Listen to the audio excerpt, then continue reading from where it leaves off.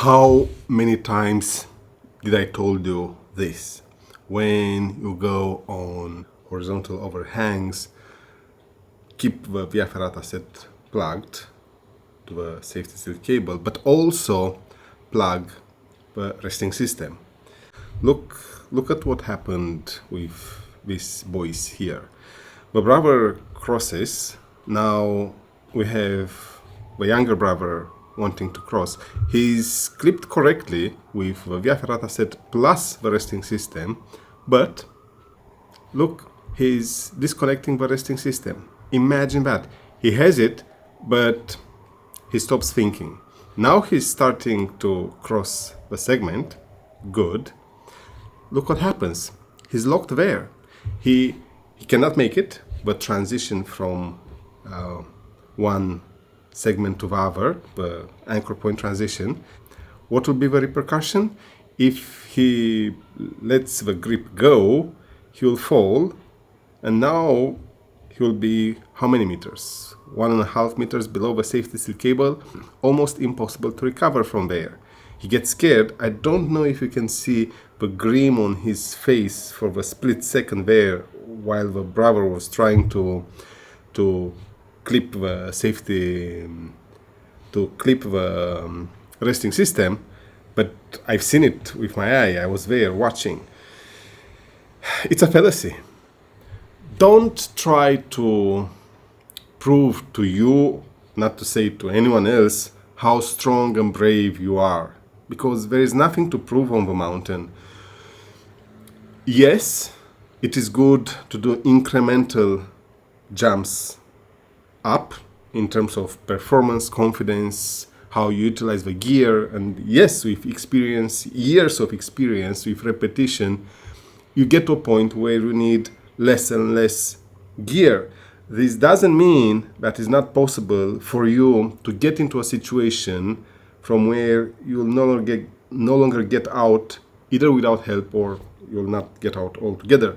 Accidents happen all the time. But the rule here is try to be as smart and as wise possible. If you want to improve your skill set, go to the next level of difficulty while employing all these common sense rules. If you want to test your ability to do overhangs, instead of doing just one, go on, for example, Schlossberg, and you'll have plenty overhangs. And that's that. Don't try. I understand. It makes sense to know that for real you are in a situation of falling, because this psychologically makes you feel alive, feel life differently. You are there on the border edge. You push it as much possible, because if on an overhang like this you clip the resting system, now it is easy. You know, if you lose control, you actually don't fall at all. You also know that if you don't clip the resting system on this horizontal overhang, if you lose control, you'll drop below the line, which gets you into trouble. You know you'll not drop to the ground, but you also know that it will get into trouble, big trouble, or some trouble. Hence, the thrill is higher, right? I get that. I get it. But look what happened.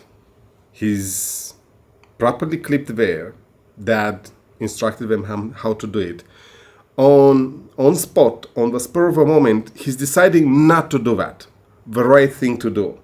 And this is how accidents are happening, because the parent is teaching you the right things, or the guide, the other person is teaching you the right things to do, and then you get there and you feel bold enough and say, I will do it the other way. Well, that split moment there, it is cause for disaster, in my opinion.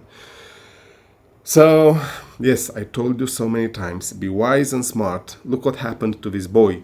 He's properly clipped with the Via Ferrata set, and because he's young and short and he's not touching the wall, as you can see properly, he also has the resting system, which is correct. Now, he has the choice to continue clipped like this or give up on the resting system. He's deciding to give up on the resting system, to then do the anchor point transition, get into the overhang, from there not be able to get out because he's cramped there with the arms. Probably he doesn't have enough force to just hold himself with just one arm to then do the anchor point transition. The brother tries to find and clip the resting system. He's about to lose it. You can see it on his face. He's about to lose it. And that's that. This is the pure example of, well, stupidity in reality. Because he had everything he needed to do that safely, and he chose not to do it. I've seen another situation, nothing happened there, but dangerous situation. Now, the lesson here is, and I told you this so many times, learn the basics. Don't trust guides that much. It is good to hire a guide. It helps. The guide lives there, is grown. Most probably they live there, or they've been born there and spent their whole life there in the area. They know a lot about it. They know it by memory, which gives them the edge. But remember, you're always by yourself.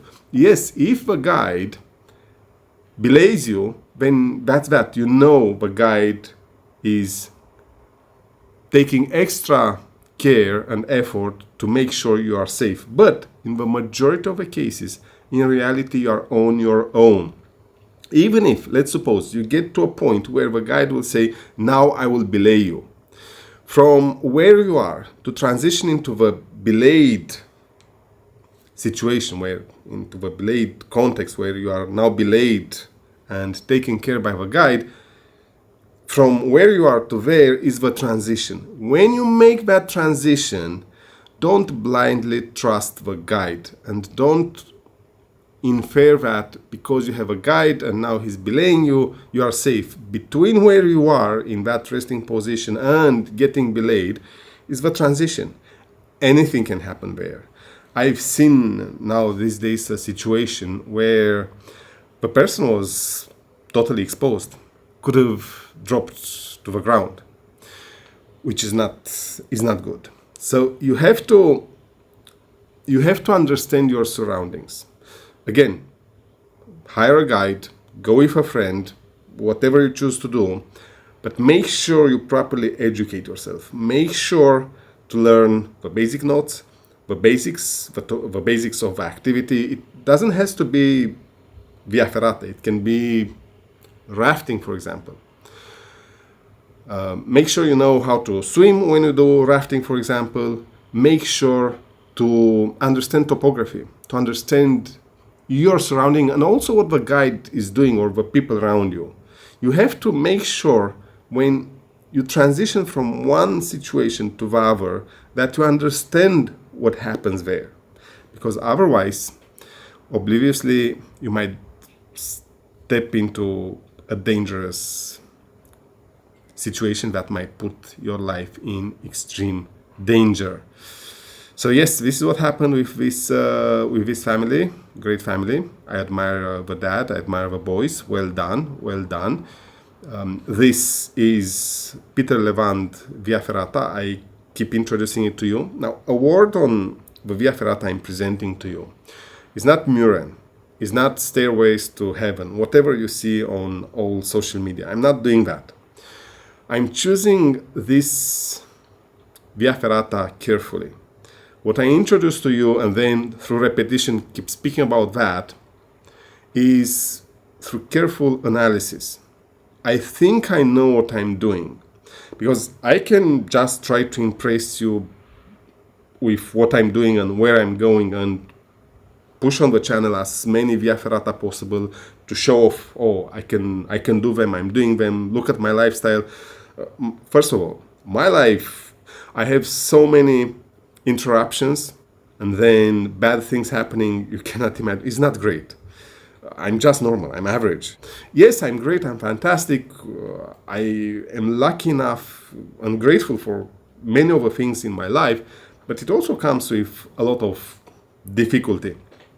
So yes, probably through this luck that I have, which is most of it is because of my work. I'm working for everything that this camera, everything. I'm working. Nobody gave me anything.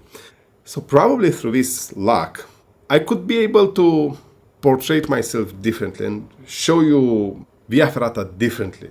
And you might get enthusiastic and say, oh, I will go there. I will go, oh, look how he lives life and so forth.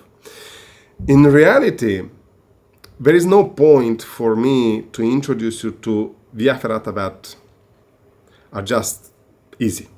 They will never put your life in danger. Also, there is no point for me to go on extreme Via Ferrata and show off how dangerous it is, and you'll never go there. What I'm trying to do is to take you on journeys that I know you can do. Peter Levand, you have this overhang here. Do you want to take your psychological state from where it is to where you never thought it could go? Then try to cross that overhang.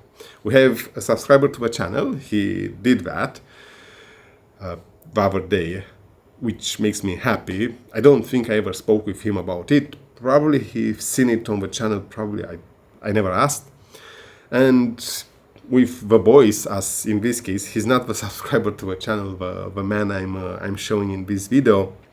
And the boys, they go because kids, they don't think, they just go through it.